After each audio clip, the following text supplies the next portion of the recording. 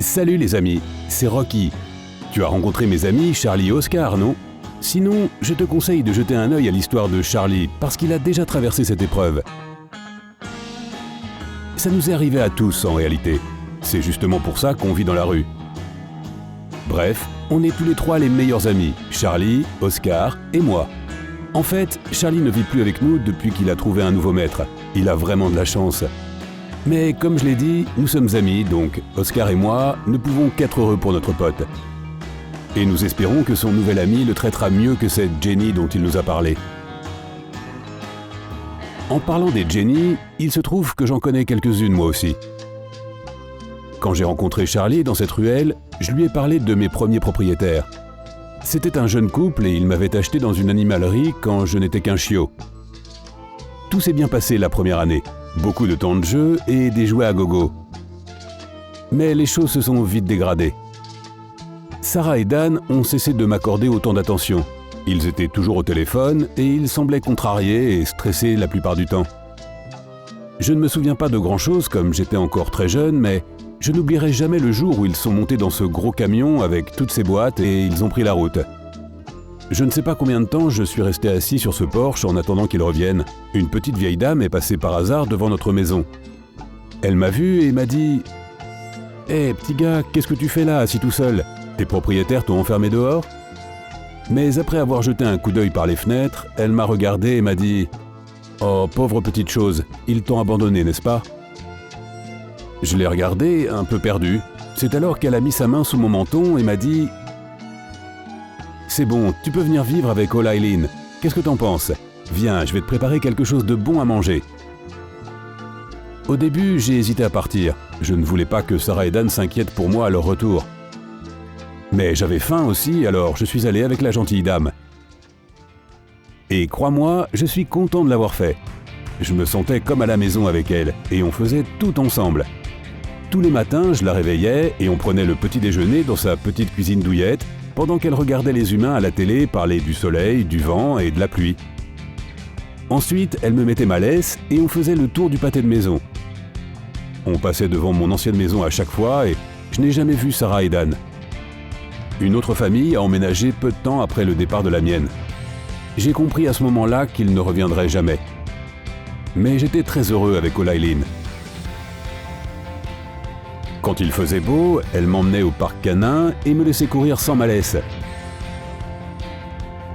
Je pourrais passer des heures à jouer avec les autres chiens du quartier, renifler les arbres et flirter un peu avec Daisy, elle sent si bon.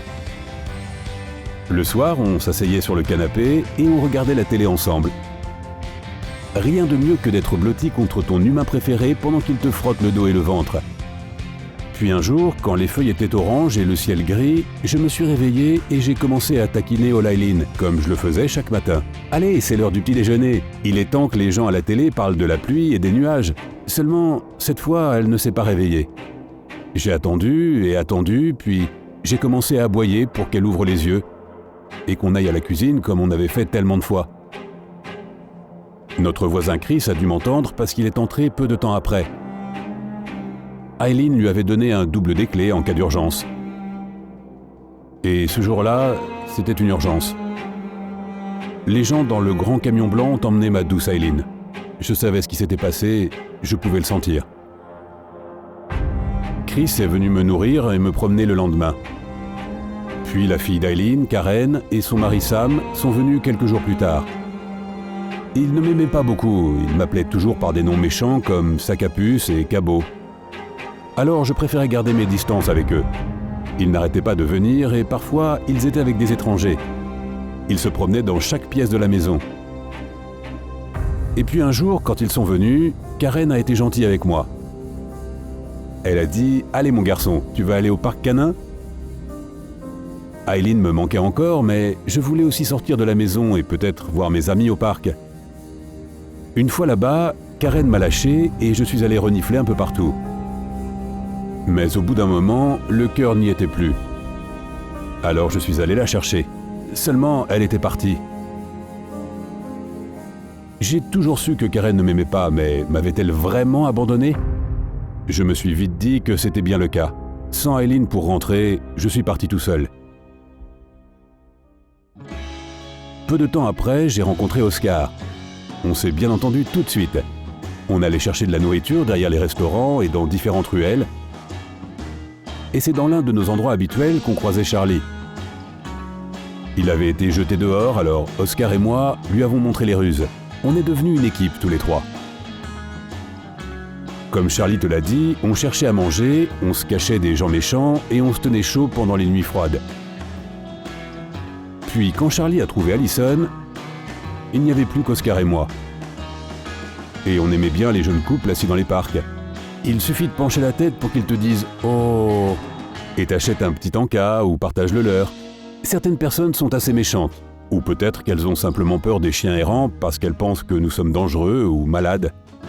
Elles crient quelque chose et ne laissent pas leur bébé humain nous toucher. Mais bon, je comprends. Tous les humains ne peuvent pas être des Aileen et des Allison, je suppose. Pour la plupart d'entre eux, il faut fuir ou se cacher. Et c'est exactement ce qu'Oscar et moi avons fait quand nous avons entendu des humains entrer dans notre ruelle il y a environ 2 semaines. On ne pouvait pas courir, alors on a essayé de se cacher sous une boîte en carton. J'ai eu vraiment peur quand ils nous ont trouvés, et j'étais carrément terrifié quand ils nous ont chargés dans leur van. Ça y est, mon pote, on est foutus. Mais il s'est avéré que c'était des gens très bien. Ils trouvent des gars comme nous dans la rue qui ont été abandonnés par leur famille.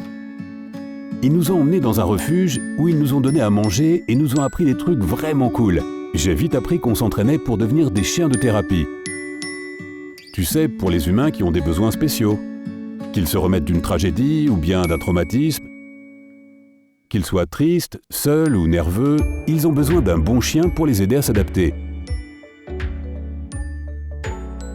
Tout le monde ne peut pas être formé pour servir les humains comme ça. Il faut avoir une bonne personnalité.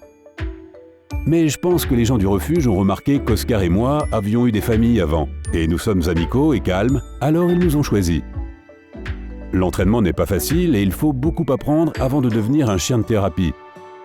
Je pense que notre première mission sera d'aider les personnes âgées, car nous avons reçu quelqu'un il y a quelques jours.